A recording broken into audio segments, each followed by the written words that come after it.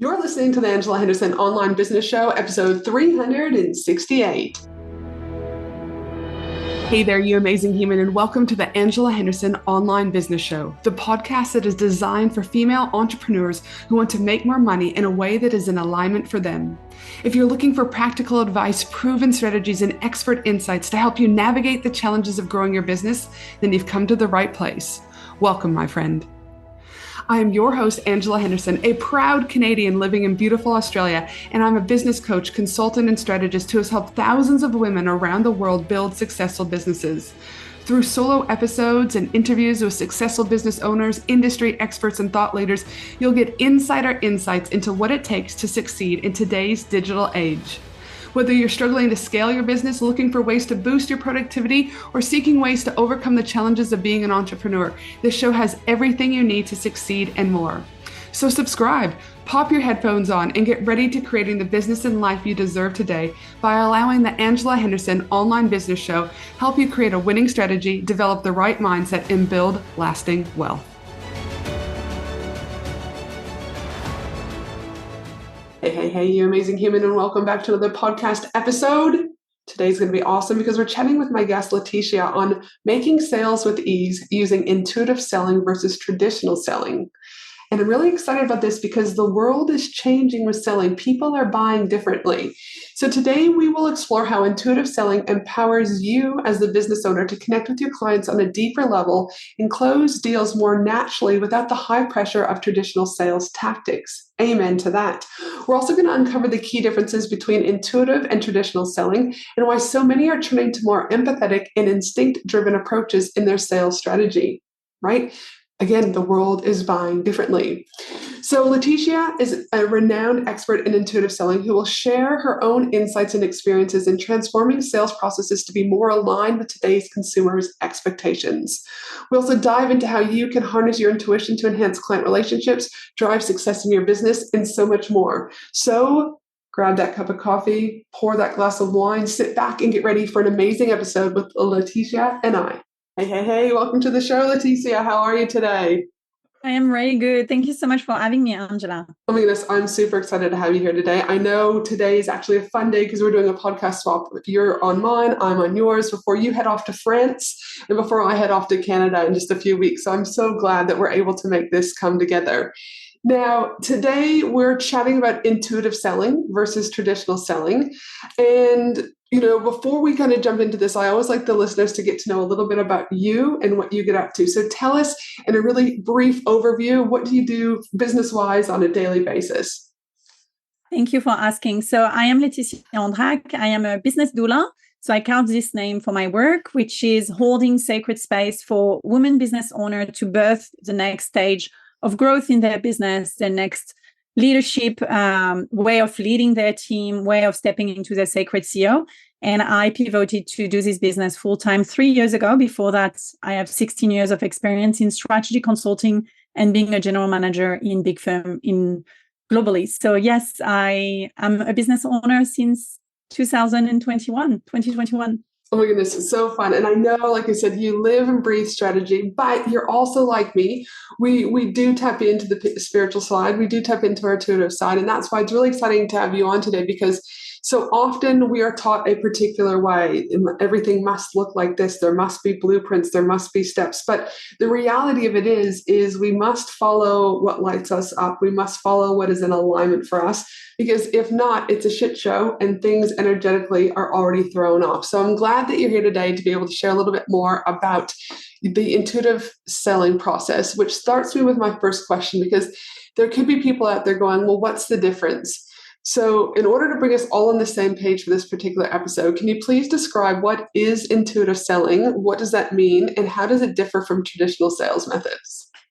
Yes. So thank you for this question. So I wrote a book, which is called Light It, How to Trust Your Intuition in Business. Mm-hmm. And as I was writing this book and putting together my knowledge, experience about intuition and how intuition has always helped me in my life, I realized how much of the sales process I have been doing for the past 16 years, which was based on intuition.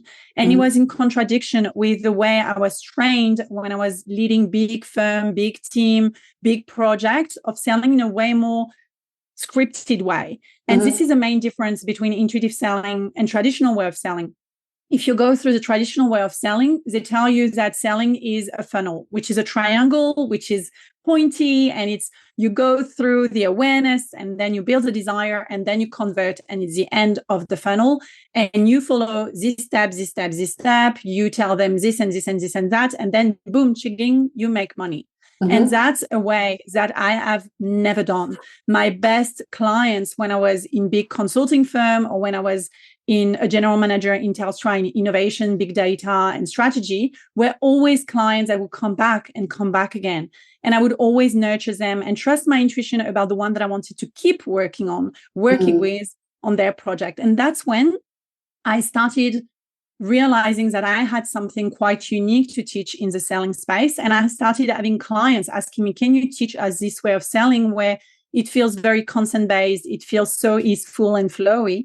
And that's when I decided to start teaching intuitive selling. So it was guided by my own experience, but also my clients asking me to start teaching that approach. I love it. And that's the thing is sometimes when we are in the day-to-day of, whether or not it was our corporate jobs, careers, whatever, is sometimes we have these moments where we're like, this isn't the only way. There's multiple ways to do things and you can get results from this. But often people are scared or there's fear or, there's a combination of things that come into play. So good on you for being like, hold on, I'm going to embrace this. I'm going to test this. We're going to see what happens. And you've had great results, which we'll talk a little bit more later on. But was there a pivotal moment for you in your, your corporate or in your career that you're like, or just collectively, how did you first come to practice the intuitive selling in your business or in your sales process? Like you spoke a little bit about it, but was there anything that you're just like, this has to change? Was it something bigger that you wanted to make impact? Like, tell me a little bit more about that. Yes, thank you for asking. And Angela, I am neurodivergent and I have PDA, which is a form of autism where you don't really like to follow someone else's instruction. So when I was trained in sales process and in the way of selling, I was always like, yeah, thank you guys, but I'm not going to follow that path. Yeah. And I was raised in a family of intuitive and healer in the south of France. So I was always nurtured with my intuition. So I always was like, okay, thank you. The knowledge of the practice of selling that you're training me on is amazing, but I'm going to do it my way. And basically it was from the get-go of starting selling when I was a strategy consultant that I was doing it differently. And people were always, being like, okay, let's ask Laetitia how much we should price this and how we could sell. And let's take her into the meeting with the clients and those kind of things. So I realized that actually it adds power to do it in my own way. But also I always could look at myself in the mirror. I remember a lot of my colleagues, peers, or bosses were like, oh my gosh, I pushed this too hard, or, not feeling very good after closing a sale, this feeling of being icky. And I never had that because I was always really nurturing and understanding the core needs and opening a generative conversation with the client and really finding what is a real thing that they need. And then finding the right product or offering for them. And it started as young as when I was 21 and I was a salesperson for Orange in France on the side of my business school because I was in one of the best business school and I had to pay my fees. So I was working in that shop on Wednesday and Saturday, and people would come back and ask for me to help them because I was not trying to push to them the latest phone because I had a better incentive to sell that phone. I was more thinking about what do they need and how can they come back and then ask for me to help them. So I would say it started very early on. In my own business, in Essential Shift, I have always been doing it in this way. And it's only more recently, as I said, like 2 years ago, when I had many clients coming and as I was writing my book, asking me to teach them this way of selling, so I was like, okay, so I think there is something new here that I really need to share. You've used the word intuitive a few times, but not everyone is in tune with the word intuitive. I also think it's kind of like a bit of a buzzword at the moment, if I'm honest, intuitive or heart-centered or whatever. And I think because it can be so new to a lot of the business space, if you're not in it, it can confuse people, it can scare people, it can throw people. I know when I first started out, there was this beautiful Facebook community and it was titled something about like the heart-centered whatever. But for me, I was like someone who's very masculine energy, not so much now, but still primary masculine. I was like, well, what does heart center even mean? Like, am I heart center? I mean, I've got a heart and I'm a good person and I'm caring. But because of the jargon that was attached with that, for example, I didn't join the group because it's like, it didn't make sense to me. So my thing is really breaking down some of the spiritual woo-ness that is out there and some of the stigma that is also attached with that. And so I just want you to define, like, what does intuitive mean? Because I think if people can just start from there, they can go, oh, okay, it's not scary. It's not too bad. Actually, I'm already doing that, but they may not have connected the word with that. So how do you define intuitive? Thank you. Thank you for asking this question. And, I was giving a keynote a few weeks ago to Amazon Web Services about intuition and intuitive leadership. And I am telling you, intuition is not spiritual. It's actually backed by neuroscience. There's been heavy research in the last 10 years about intuition and proving that it exists. Neuroscience proved it. Behavioral neuroscience proved it. So the way I define intuition, first of all, is unprocessed data. For those of you who love data, intuition is unprocessed data, which is stored in your subconscious. So you rely on your intuition when you are making decisions without knowing why you make those decisions, but it's coming from your subconscious and those unprocessed data. The second element of my own definition of intuition is based on experience. So if you had experience doing something over and over and over, you are developing intuitive decision making. So if you've been over and over and over selling, then you can trust your intuition in the right way of selling. That's experience. The third element of intuition, where a lot of people limit it to that, is perceptions, which is this connectiveness, this spiritual aspect, these things that you cannot explain, which are, coming from your extra senses. A lot of people say the sixth sense when actually we have 8 senses, but let's not get in the debate now. But this is your perception. And the fourth pillar of intuition in my definition is emotions. So this gut feeling that many describe, or the butterfly in your belly, or the tingling, on the top of your finger or the crown of your head. And that's the 4 pillars. So unprocessed data, subconscious, experience, emotions, and perceptions. And that's how I define intuition. And then you can see the power of using intuition in your selling process or in anything you do in your business. And it's not woo. We are all gifted with the muscle of intuition and the power of intuition. And 100% of us can do it. It's just, do you want to do it well? Do you want to use it? Do you want to strengthen that muscle? Or do you just don't want to use it? And then, you're bad for losing that. 100%. And so I love that that's the way that you explained it. I mean, very simple. I also love that you've acknowledged that we all have it in us and that it's our choice if we choose to build on that muscle or not build on that muscle. Exactly. Now, you also mentioned a framework there. So I'm curious to know, what are the key components, or do you have a framework that you can share that really explains that intuitive selling process that business owners need to start understanding a little bit better, or just to consider? Yes, of course. So I, as a former strategic consultant, you must know that I love framework and acronym. So I have developed a framework for intuitive selling, which is based actually on the overarching framework, which is in my book, Light It, which is called the Light Framework.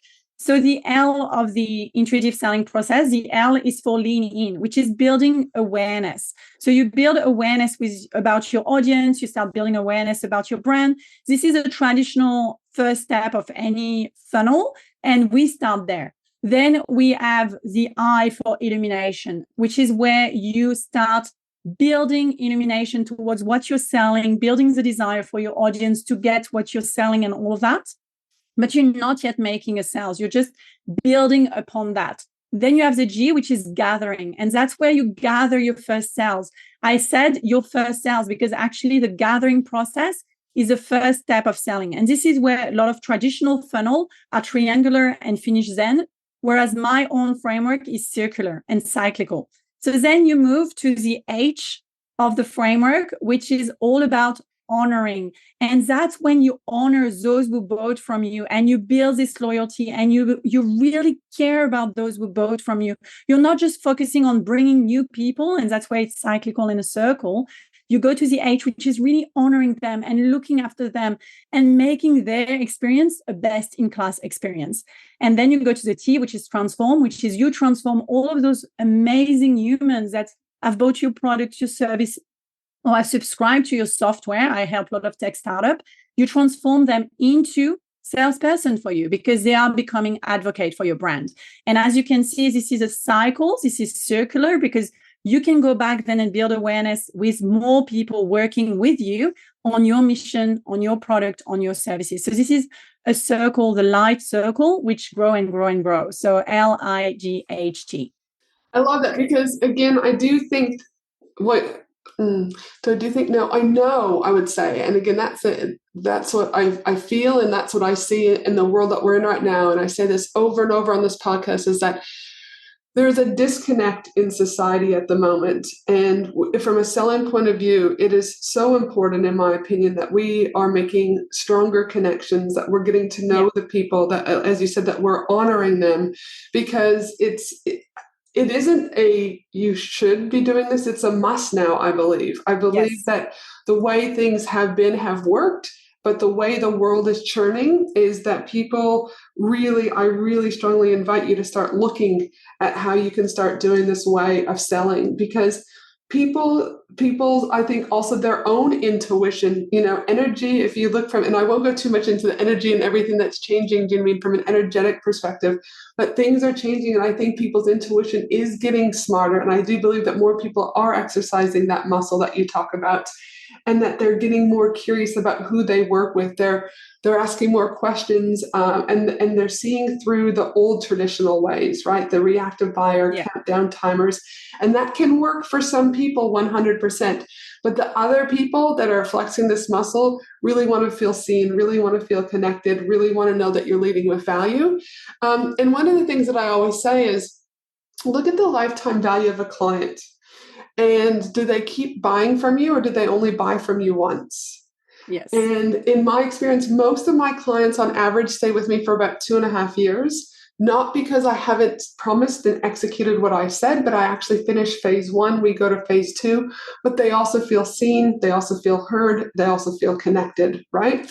And so my lifetime, I don't have to go and work harder to get more people top of funnel, because I just continue to nurture and honor them and see the transformations that are evolving, because I'm just showing up being me, right? And that they have a face, they have a name, they have a family. So I do think this is getting more and more important, and something that businesses need to consider. I will never say make you do something, because you won't be in alignment, and energetically it will just repel. But I do encourage you to find a way that you can bring intuitive selling into your world that feels good for you, feels right for you, because things are changing and people are getting smarter when they're making their buying decisions. Totally. And Angela, as some people need data to be convinced, actually you are earning 95% of profit from 5% of your client if you really start nurturing them and for them to come back. And that's how, I have conversion rates up to 40-50% on some of my offerings, some of my programs, such as the intuitive selling one.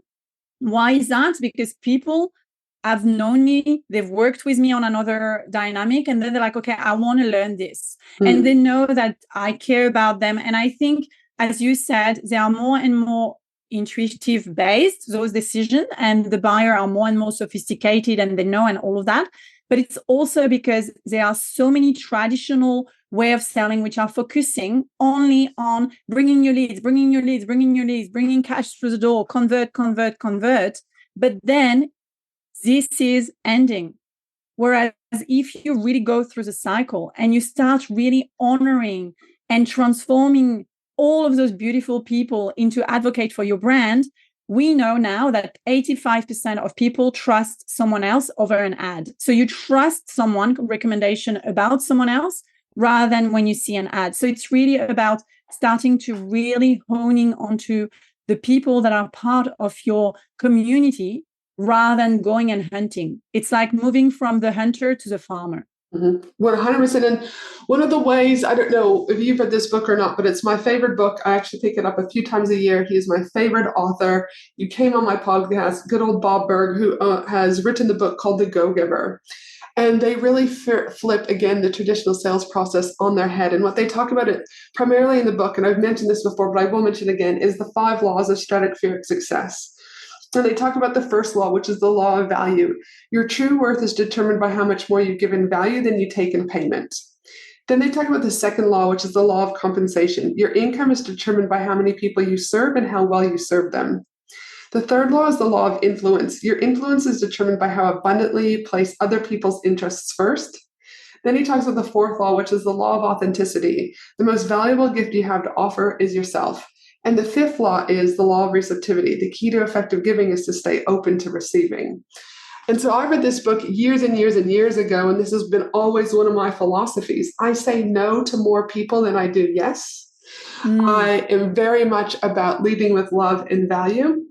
And I believe what goes around comes around. And I've had many mentors tell me that I was doing it wrong. And I had to I had to nicely advise them that I would continue. I would take on some of the tactics that they had given me, but I was still going to stay in this lane of leading with love, leading with value, and that I will become profitable. I will, but I will do it in a way that feels good for me. And so again, another great book that talks about this is The Go-Giver by Bob Burr and John David Mann that I do encourage you to read. I also encourage to read your book too, Laetitia. So before we start to wrap up, I'd like the listeners to know, because you teach this, you live this, you breathe this, where can listeners connect with you and find out more about being able to really integrate this into their world?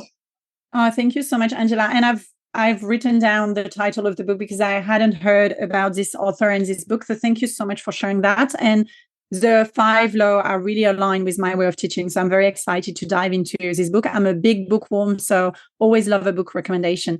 So if you enjoyed this conversation, I have a podcast. You can go and listen to my own podcast, the Essential Shift podcast. And I have a few podcast episodes about intuitive selling where I go in more depth around it. And when I call out the traditional way of selling, the bro marketing, and all the things that are broken in the industry right now.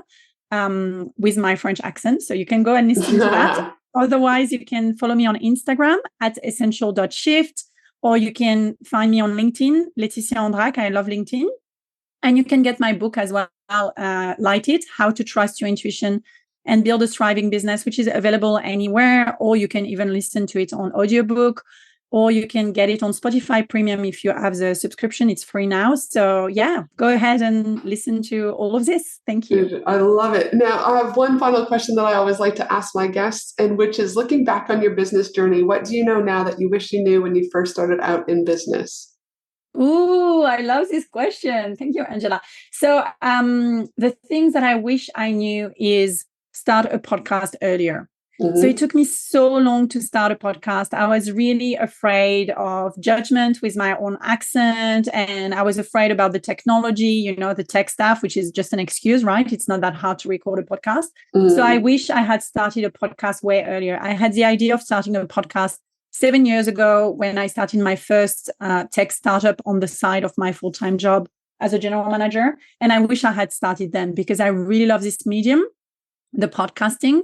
I love how I can, just show up, share my truth. And if people like it, they listen to it. If they don't, they leave. But it's creating this sense of community. So I really encourage anyone who is contemplating starting a podcast and they have any limitation like I had, or any self-talk that I had, which were just about keeping me safe, to just go ahead and start, and you'll figure it out as you go. I love that. And someone who's been podcasting now for almost 6 years, I couldn't agree more. Podcasting has opened up so many doors, so many opportunities. Yeah. I mean, we're about to switch and record on your podcast, it has been nothing but goodness, and it's the one thing that I've been consistent with every week for this entire time, so it is a beautiful platform if you're in alignment with it, right? Yeah. Is what I said, because I've helped 40 different people as their business consultant start their own podcast. And I've worked with thousands of people. So you can imagine that there's a lot of people too that are like, podcasting isn't for them, but they love the YouTube platform, right? So It's kind of like, find your platform and do it well, right? Like, Do you know what I mean? Be better, be good, And I strive every week to try and produce a better podcast, because that's what lights me up. That's what lights you up. It's easy. I can show up in my pajamas still record and it still gets executed. So I couldn't agree with you more. Thank you so much for coming on the podcast today and sharing your wisdom. You amazing listener, please know that we'll have all of the links where you can purchase the book, where you can, listen to Laetitia's podcast, etc., over at angelahenderson.com.au in our show notes. And for you, no matter where you are in the world tuning in today, I hope you have a beautiful day, and I can't wait for you to join me again for another episode of the Angela Henderson Online Business Show. Have a beautiful day. Thanks for listening to the Angela Henderson Online Business Show, www.angelahenderson.com.au.